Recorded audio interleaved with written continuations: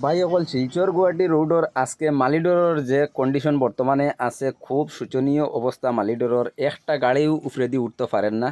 আমি আপনারারে একদম একটার পর একটা গাড়ি কীরকম লামের জীবন আত লইয়া মানে এই রাস্তার মধ্যে বর্তমানে এই জায়গাটা লামা ওলা কন্ডিশন হয়েছে আপনারা দেখতে পারবা। একটা সুপার লামি যাওক এরপরে টাক গাড়ি এক একটা 16 চাকা বা 14 চাকার এক একটা গাড়ি লামে কীরকম আপনারা দেখলে বুঝি লইবা। উঠার তো ভাই কোনো লাইনও নাই, ডাম্পার এগুলা ফৌরেল গাড়ি উঠতে পারে না। আমি আপনারা দেখাইমু, আগে দিয়ে আপনারা ভিডিও শেষ পর্যন্ত দেখবা। শিলচর গুয়াহাটি রোডর যে মালিডোর, এটা মালিডোর দুইটা পেট্রোল পাম্প আছে। পেট্রোল পাম্পের উপরে আর রাতাছড়ার নিচে যেটা আছে পুলিশ চেকপোস্ট আছে। এই চেকপোস্টের নিচে যে টার্নিং যেটা ভাই, এই টার্নিংয়ের অবস্থা খুব খারাপ। দেখছেন আপনারা, দেখো একটা গাড়ি কেন গেছে।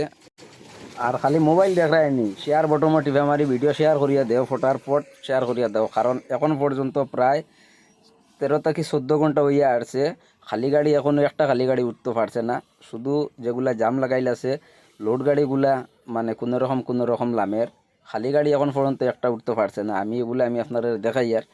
আর এখন ভিডিও ভাই যত গাড়ির মালিক সকল আছো, ছোটো গাড়ি হোক বড় গাড়ি হোক, 16 চাকা 12 চাকা 14 চাকা, খালি তো মেঘালয় টিপো ফাটাই দিতে বা প্যাসেঞ্জার যারা আসো ভাই ভিডিও দেখিয়ে আইও। আমি আমার চ্যানেলে সবসময় এই রোডের ভিডিও আপলোড করি, এর লাগে এই রোডও এবার আগে ভিডিও দেখো। ভাই দেখো গাড়িটার অবস্থা দেখো, কতক্ষণ শূন্য সামনের চাকা মানে কতটুক উফরে হইয়া কতটুক আয় সামনের চাকা।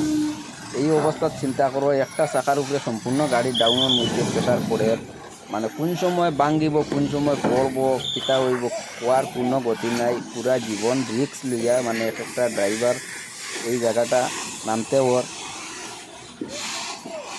দেখুন আমি আপনারা শেষ পর্যন্ত ভিডিওটা দেখবা, কীরকম একটা গাড়ি নামে আপনারা দেখুন। আমি ভিডিও আমি আপনারা লাগিয়ে আপনারা হেল্পের লাগে আমি ভিডিওগুলো আমি বারবারও হয়ে কথা যে আপনারা হেল্পের লাগে আমি ভিডিওগুলো বানাই।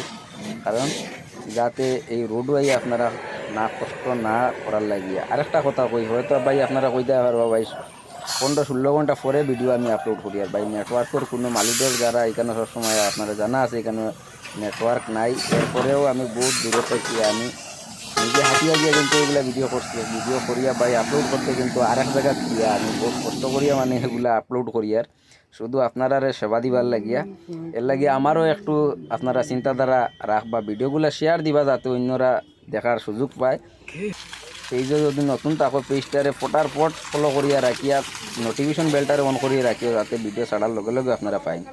ইউটিউবে যদি দেখিও তাহলে চ্যানেলটারে সাবস্ক্রাইব করিয়া রাখিও। আর ভিডিও কেউ কিছু যদি জানার থাকে কমেন্ট করিয়া সুন্দর করে কমেন্ট করিয়া আমার কইও। আমি যদি যত সময় পারি চেষ্টা করবো আপনারা কমেন্টের রিপ্লাই দিবার। ভাই একটাও ঘুরিয়া আমারে দয়া করি আপনারা ক্ষমা করবা, কারণ হইল গিয়া কমেন্টের রিপ্লাইগুলো দিতে প্রায় সময় একটু লেট হয় শুধু নেটওয়ার্কের কারণে। এর লাগিয়া ভাই কিছু রাগ করবো না, কারণ নেটওয়ার্ক তো দেখো একটা কমেন্টও রিপ্লাই দিতে গেলেও তো ইন্টারনেটের দরকার আছে। আর মেঘালয় যে রোড যেটা এটা ইন্টারনেটের সবসময় সুবিধা সব জায়গায় সমান থাকে না। আর আমি আবারও কই, আর এইরকম যদি রাস্তার গতি থাকে তাহলে কিন্তু দেখো ডর লাগে ভাই দেখতে সময় এক একটা জায়গা মানে এক একটা গাড়ি কীরকম যে ফার হইয়া। আজকে তাকিয়া মানে টোটাল 60 দিন ওয়েদারের গতি এরকম থাকবো, বেশি দরকার থাকে নাতে ভাই মানে রাস্তা দিয়ে না হওয়াটাও বালা। কারণ রোদ দিলে মোটামুটি রাস্তা ক্লিয়ার থাকে, এই জায়গাটা পাল্লাই দিলে গাড়ি উঠি যায় গিয়া। দেখো শাখা কতক্ষণ শূন্য দেখুন, এটা মাটি ঠেলাইয়া পাথর ঠেলাইয়া শাখায় আগে দিলে যায় গিয়া বাস হইয়া দেখায়নি অবস্থা। দেখো একটা গাড়ি কীরকম যে এই রোডে দিয়ে চলতো ভাই। আমরা চাইতে আমরা সিজন শেষ হয়ে গেল গিয়া, খালি রাস্তা বনবো দেখলাম এটা ডাইরেক্ট লন্ড বন্ড হয়ে গেছে রাস্তা, যে কোনো জাত গাড়ি উঠার কোনো সিস্টেম নাই ভাই। এটা সিরিয়াল